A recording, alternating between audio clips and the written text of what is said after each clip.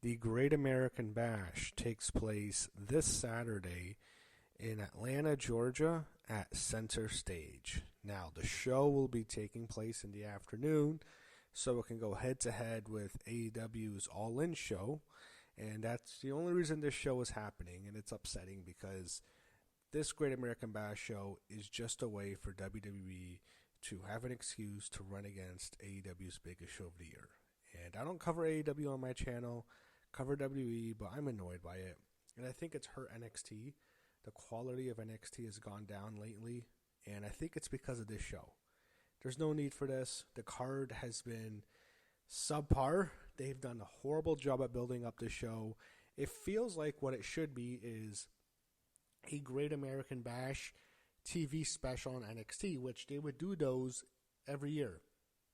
If anything, there would usually be two Great American Bash shows for like the first 2 weeks of July, and they would both usually be good shows. That's what we should be getting. You can easily have this card right here split into 2 weeks of NXT and have it be a Great American Bash special. They also didn't do the Spring Break-In special this year.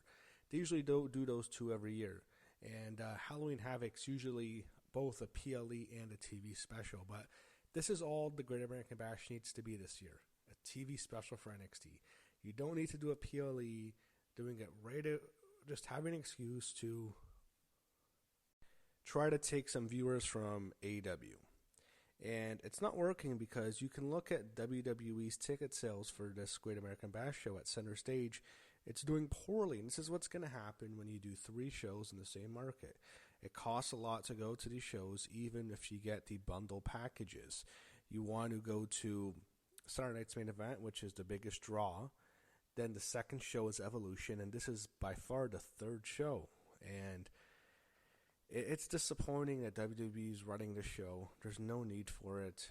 I don't think there's a need for Evolution. You can do Evolution later in October. That's when it would make most sense, but Great American Bash, there's no reason to run the show.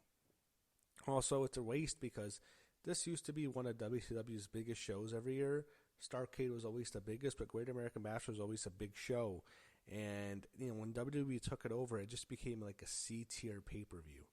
Nothing ever mattered. It was just a filler show right, before the 4th of July, usually in late June. It was never a good show.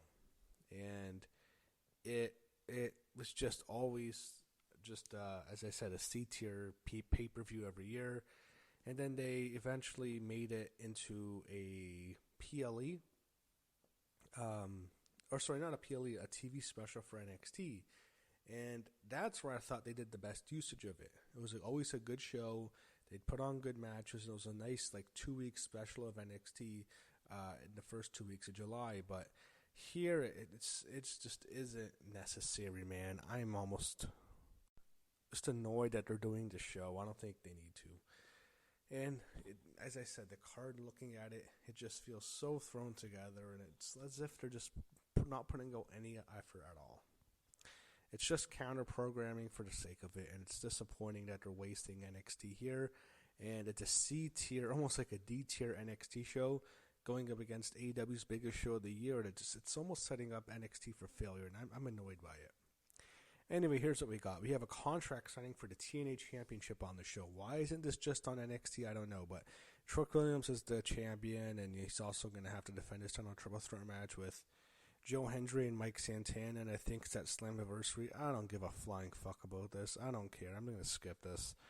I'm just going to say it ends in a brawl, and there's going to be a table bump at the end. That's how all these contract signings. Why are you doing a contract signing on a fucking PLE? Just do this on NXT.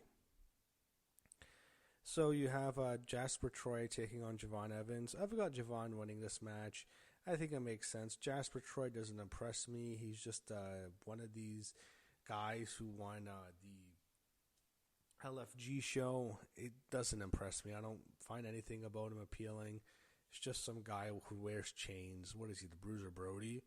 There's nothing to Jasper Troy. Javon Evans, I think, is a future NXT champion still. I think he will be the one to dethrone Oba Femi, and I think this starts it. He's going to beat Jasper Troy here. Next, we get Fatal Influence, Jacy, Jayne, and Fallon Henley with Jazmyn Nix in their corner, taking on the team of Jordynne Grace and Blake Monroe. So I've got Jordynne and Blake winning. I think it makes all the sense in the world for them to go over, especially because this is Blake's first official match in NXT. Her debut, she needs to go over here and she's going to win. No longer Mariah May, she's Blake Monroe, and Blake, I believe, will score the win for her team. Probably will pin Fallon Henley.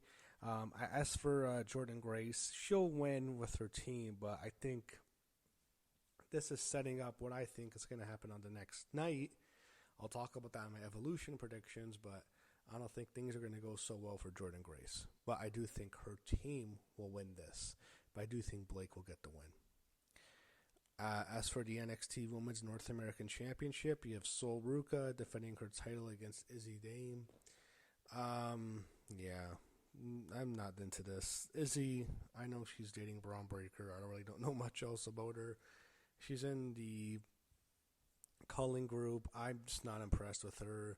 There's so many better women on that roster to have a spot like this on the PLE.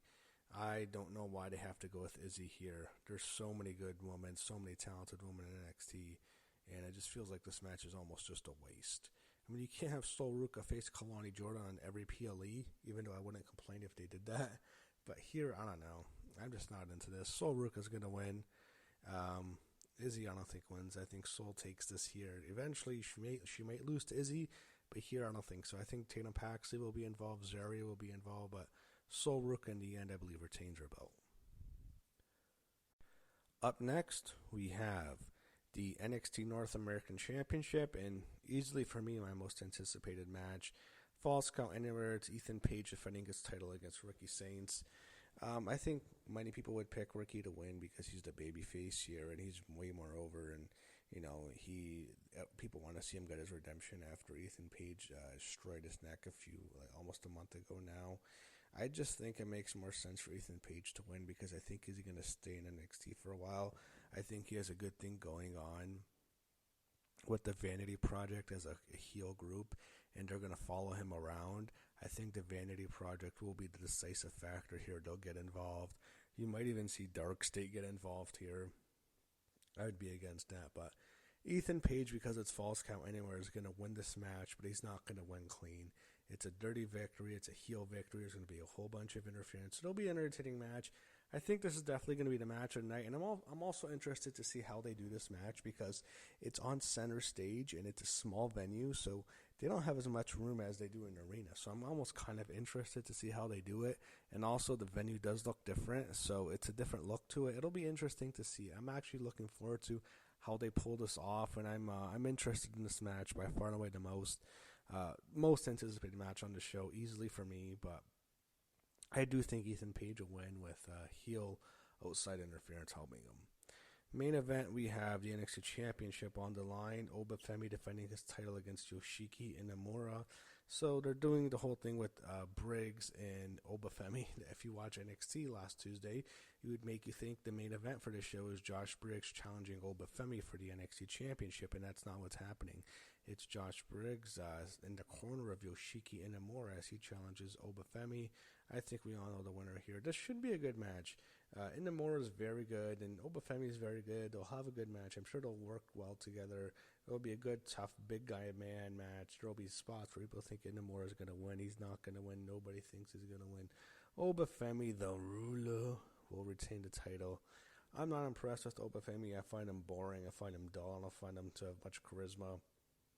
I just see him as a big guy with the NXT Championship belt. I mean, he's very good in the ring, and he's a good talker. It bores me. There's something about him that just, I don't know, it's just some sort of charisma that he has that it just bores me to death, and it's just, I think the ratings reflect that, but I think Javon Evans will eventually beat Femi, and Inamura is not going to beat Femi here. He's retaining his title, and that's how we're going to have the Great American Bash go down, in my opinion. So this show takes place Saturday in the afternoon. Not really looking forward to it. It's just a throwaway show. Just WWE doing counter programming for the sake of it. I'm not too high on it, but I will watch, and hopefully it ends up being a decent show. That being said, looking at the card, my expectations are very low. I think this will probably be the worst NXT PLE of the year by a lot.